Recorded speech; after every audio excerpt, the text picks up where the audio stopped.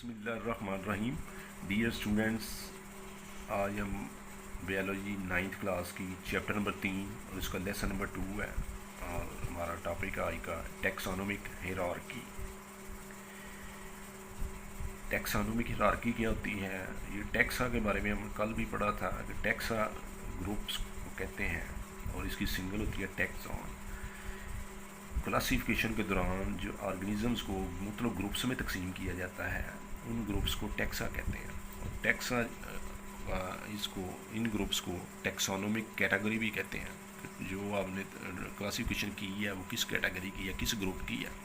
तो taxa groups होते हैं। हायरार्की जो है ये एक तरतीब होती है, सीक्वेंस। इसका दूसरा मीनिंग लेडर भी है, सीडी। जैसे तरतीब से क्या मुराद है कि जो ग्रुप की क्लासिफिकेशन हमने की हुई है, ये देखें, सबसे पहले जो सबसे बड़ा ग्रुप होता है उसे किंगडम कहते हैं। उसके बाद उससे छोटा ग्रुप है फाइलम, उससे छोटा ग्रुप क्लास, से छोटा ग्रुप है ऑर्डर, उससे छोटा ग्रुप है फैमिली, उससे छोटा ग्रुप है जीनस, उससे छोटा ग्रुप है स्पीशीज़। 1 2 3 4 5 6 7 टोटल हमने ग्रुप्स बनाए हुए हैं। हायरार्की एक तरतीब को कहते हैं। तरतीब नीचे से ऊपर हो या ऊपर से नीचे। जैसे सीढ़ी लेडर जो है वो नीचे से ऊपर जाने के लिए और ऊपर से नीचे आने के लिए यूज़ होती है, वो एक तरतीब से होती है। तो ये भी एक तरतीब है। अगर ऊपर से नीचे की तरफ आएंगे बड़े से छोटे ग्रुप की तरफ, छोटे से बड़े ग्रुप की तरफ। तो ये जो क्लासिफिकेशन हमने की है 7 ग्रुप्स में, इसको हम कहते हैं टैक्सोनोमिक हायरार्की। किसी भी ऑर्गेनिज्म को कौन से ग्रुप में रखा गया है, उसकी स्पीशीज़ कौन, सबसे छोटा ग्रुप कौन सा है, फिर उससे दूसरी जीनस कौन सी है, ये बताना होता है। आपकी बुक में जो 2 एग्जांपल दी गई हैं, एक है ह्यूमन, इंसान के बारे में, और एक है पी मटर प्लांट के बारे में।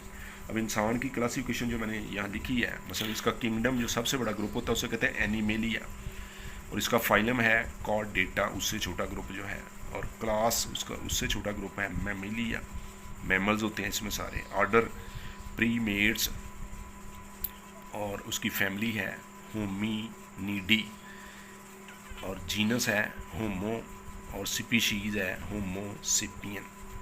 होमोसेपियन ये इसकी स्पीशीज़ है। इसी तरह पी प्लांट को अगर देखें तो इसका सब, ये चूँकि प्लांट है, इनका सबसे बड़ा जो किंगडम ग्रुप है वो है प्लांटी, और फाइलम होगा इसका मैग्नोलियोफाइटा, और इसकी क्लास का नाम है मैग्नोलियोप्सिडा। ऑर्डर इसका होगा फेबेल्स, और फैमिली है फेबेसी। जीनस का नाम है पाइसम, और स्पीशीज़ होगी पाइसम सेटिवम। ठीक है जी।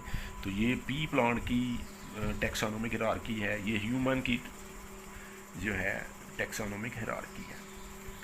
अब स्पीशीज़ सबसे छोटा यूनिट जो होता है, सबसे छोटा ग्रुप है, उसे स्पीशीज़ कहते हैं। स्पीशीज़ जो जीनस होती है, स्पीशीज़ अगर सारे ग्रुप स्पीशीज़ के एक जीनस में आते हैं, जीनस की जमा होती है जेनरा। सारे जो जितने भी जीनस होंगी वो जमा होकर ग्रुप बनेगा फैमिली, और फैमिलीज़ जमा होकर ये ग्रुप बनेगा ऑर्डर, और इससे तमाम ऑर्डर्स मिलकर ये एक ग्रुप बनाते हैं क्लास, और तमाम क्लासें मिलकर एक बनाती हैं फाइलम, और सारे फाइलम मिलकर बनाते हैं किंगडम। ठीक है जी। तो बेसिक यूनिट जो है ये इसका स्पीशीज़ होता है, तो इसको हम कहते हैं टैक्सोनोमिक हायरार्की। अब इसका जो बेसिक यूनिट है इसकी डेफिनेशन देखते हैं। स्पीशीज़ क्या होती है? स्पीशीज़ जो है इसके बारे में 3 पॉइंट्स मैंने लिखे हैं कि ये ग्रुप ऑफ ऑर्गेनिजम्स है, जानदारों का एक ग्रुप होता है, इंटरब्रीड फ्रीली, जो आपस में आसानी के साथ जो है आज़ादाना तौर पर इंटरब्रीड करते हैं, यानी कि आपस में क्रॉस करते हैं, जिससे नई नस्ल जो है वो जन्म लेती है, और फर्टाइल ऑफस्प्रिंग बनाते हैं। इनकी जो आगे औलाद होती है वो भी वो फर्टाइल होती है। फर्टाइल का मतलब है कि वो जरहेज़ है, वो आगे फिर बच्चे पैदा करने की सलाहियत रखती है, इसे फर्टाइल कहते हैं।